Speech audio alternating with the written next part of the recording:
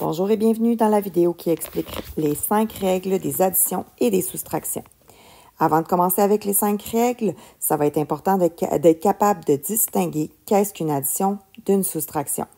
Donc, vous avez deux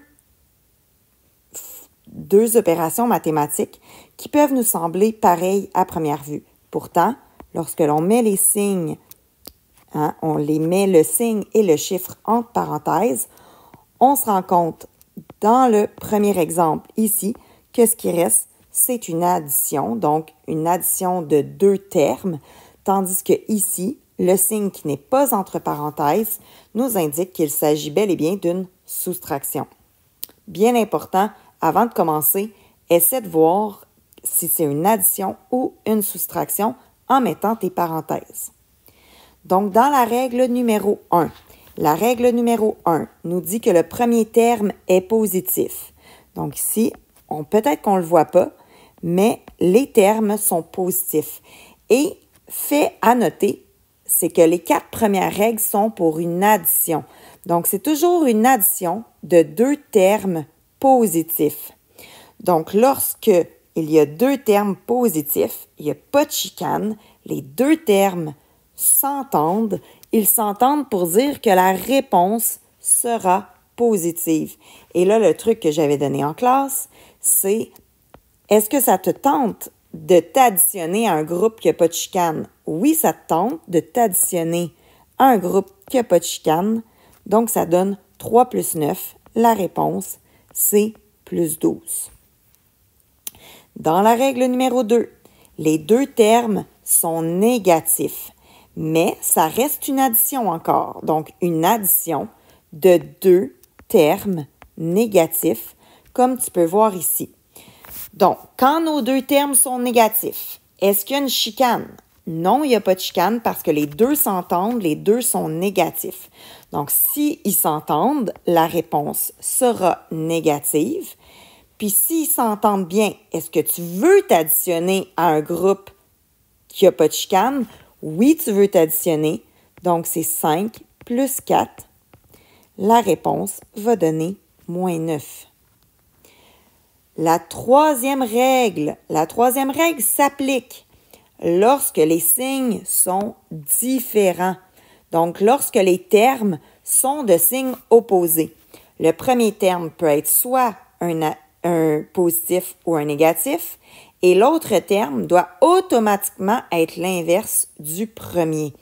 Dans ce cas, est-ce qu'il y a une chicane? Est-ce qu'ils s'entendent? Non, ils ne s'entendent pas. Le signe, ça va être le signe du terme le plus éloigné de 0.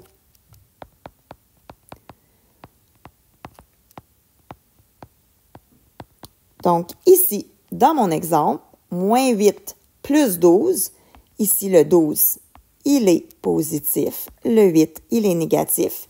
Ce que je vois, c'est que mon terme 1, il est négatif, mon terme 2 est positif, mais je vois bel et bien que c'est une addition. Donc, le signe va être celui du terme le plus éloigné de 0. Donc, si je prends, par exemple, une droite numérique, si je mets 0 ici, 12 serait environ ici, mais moins 8 serait un peu moins loin de 0. Donc, il y a une plus grande distance ici que là. Donc, celui qui va l'emporter, c'est le plus. Et comme il y a eu une chicane, est-ce qu'on a envie de s'additionner à un groupe qui a une chicane? Non, on n'a pas envie de s'additionner. On a envie de se soustraire, de s'en aller. Donc, on va faire une soustraction, 12 moins 8. Donc, la réponse va donner 4. Pour ce qui est de la règle numéro 4, la règle numéro 4 dit que tu prends un terme, donc 4 par exemple, et que tu veux l'additionner à son opposé. Donc, l'opposé de 4, c'est moins 4. Lorsqu'il y a une addition d'un terme positif et de son opposé, la réponse va toujours donner 0. Même chose si on fait plus 7 plus moins 7, ça va donner 0. Et l'inverse pourrait être vrai aussi, moins 7 plus 7 va aussi donner 0. C'était nos 4 règles pour l'addition. La 5e règle, c'est la seule et unique règle pour les soustractions. Donc, nous avons notre exemple, moins 3, moins, plus 5. Je vais aller mettre mes parenthèses pour me faciliter la vue.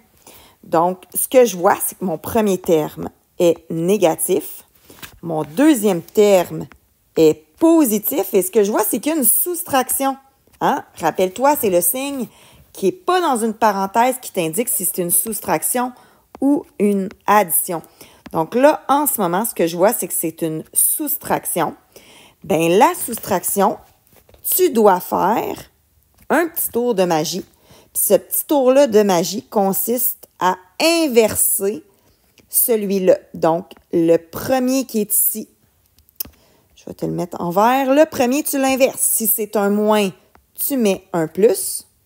Et le deuxième terme, tu fais exactement la même chose. Donc, vu que c'est un plus, là, tu vas mettre un moins. 5. Parce que soustraire, c'est exactement comme additionner l'opposé. Donc, ici, je refais mes parenthèses.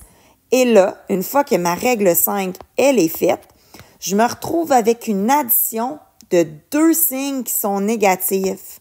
Donc, mon terme 1 est négatif. Mon terme 2 est aussi négatif. Est-ce qu'il y a une chicane? Non. Ils s'entendent pour dire que la réponse est négative. S'ils s'entendent, est-ce que tu as envie de t'ajouter? Oui, tu as envie de faire une addition à ce groupe-là qui s'entendent déjà bien. Donc, 3 plus 5 va donner moins 8. J'espère que ça t'a aidé pour les 5 règles de l'addition et de la soustraction. N'hésite pas à réécouter cette vidéo pour bien maîtriser la matière. À toi de jouer!